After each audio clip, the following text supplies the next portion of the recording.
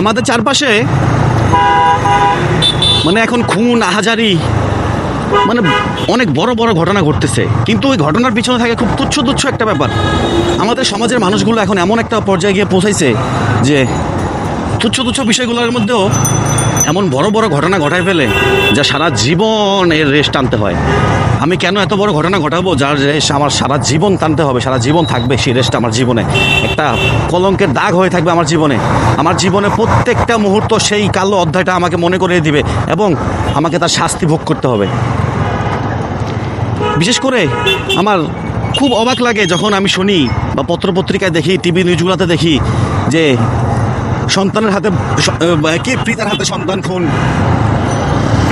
চাচার হাতে ভাতিজা খুন। মানে এই ব্যাপারগুলো যখন আমি দেখি আমার খুব অবাক লাগে যে এই সন্তানরা যারা অসহায় শিশু নির্বোধ, তারা দোষ গুণের কিছুই বোঝে না, এই অসহায় সন্তানগুলোকেও মানুষ খুন করতেছে। এই যেই শিশুগুলা এখন পর্যন্ত পৃথিবীর ভালো মন্দ দোষ গুণ কিছুই বোঝে নাই, পৃথিবীর মানে কোন দিকে গেলে ভালো কোন দিক গেলে খারাপ এই জিনিসগুলো বোঝে নাই, তাদেরকেও কত নির্মমভাবে হত্যা করতেছে আমাদের এই সমাজের লোকগুলা। আসলে এই খুনিদেরকে উচিত সৌদি আরবের মতো আরব কান্ট্রির মতো বাংলাদেশে জনসমক্ষে এনে খুন করা।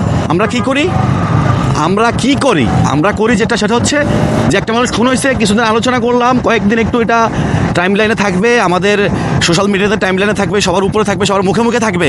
কয়েকদিন পর এটার আসলে আদৌ কি বিচার হয়েছে কি হয় নাই, এটা লাস্ট পর্যন্ত সেই খুনি কতটুকু শাস্তি পাইছে, এগুলো নিয়ে আমাদের কোনো মাথা ব্যথা নাই, কোনো আলোচনা নাই।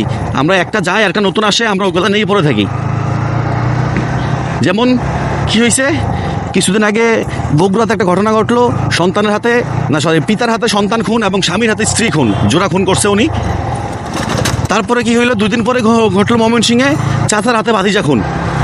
গতকালকে কি হইলো, গতকালকে পুলিশের হাতে পুলিশ খুন গুলশানে ফিলিস্তিনি অ্যাম্বাসির সামনে। তাহলে একটার পর একটা ঘটনা ঘটেই যাচ্ছে। আমরা কি করি, আমরা যখন শুনলাম যে প্রিতা একজন জোড়া খুন করছে, আমরা তার খবরটা নিয়ে একটা নিউজ করলাম, আমরা টিভি চ্যানেলে পত্রপত্রিকায় প্রত্যেকটা হেডলাইনে তার খবরগুলো জানতে পারলাম। দ্বিতীয়ত হইলো চাচার হাতে ভাতিজা খুন ময়মনসিংহে। চাচাতো বোনকে বিয়ে করাতে চাচা সেই ক্ষোভ সামলে মানে কন্ট্রোল করতে না পেরে সেই ভাতিজাকে খুন করে ফেলছে, তাও কত নির্মমভাবে 4 খণ্ডিত করে হত্যা করছে। আচ্ছা, এটা নিয়ে আমরা আবার কিছুটা আলোচনা করলাম, ইউটিউব ফেসবুক প্রত্যেকটা সোশ্যাল মিডিয়ায় একদম টপ নিউজ।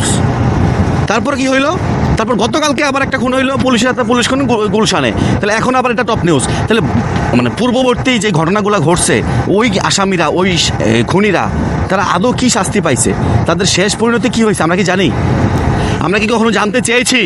কখনো এটা খবর রাখি নাই। যার কারণে আসলে কি হয়, কয়েকদিন পরে দেখা যায় যে সেই খুনিরা আমাদের আইনের বিভিন্ন ফাঁক ফোকর দিয়ে বিভিন্নভাবে হয়তোবা শাস্তি মওকুফ করে নিছে, জামিনে বের হয়ে গেছে।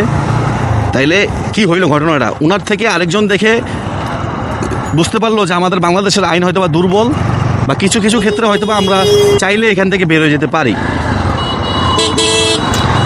তো সেখান থেকে মানে আমাদের শিক্ষা নেওয়া উচিত যে আমরা এমন কোনো ঘটনা ঘটাবো না যেই ঘটনায় মৃত্যুর আগ পর্যন্ত এই ঘটনার রেশ টানতে হবে, এবং আমাদের জীবনে প্রত্যেকটা অধ্যায় প্রত্যেকটা মুহূর্তে সেই কলঙ্কিত ঘটনাটা আমাদেরকে মনে করিয়ে দেবে, আমাদেরকে মাথা নত করে চলতে হবে, আমাদেরকে ছুটে যেতে হবে, আমাদেরকে শাস্তি ভোগ করতে হবে।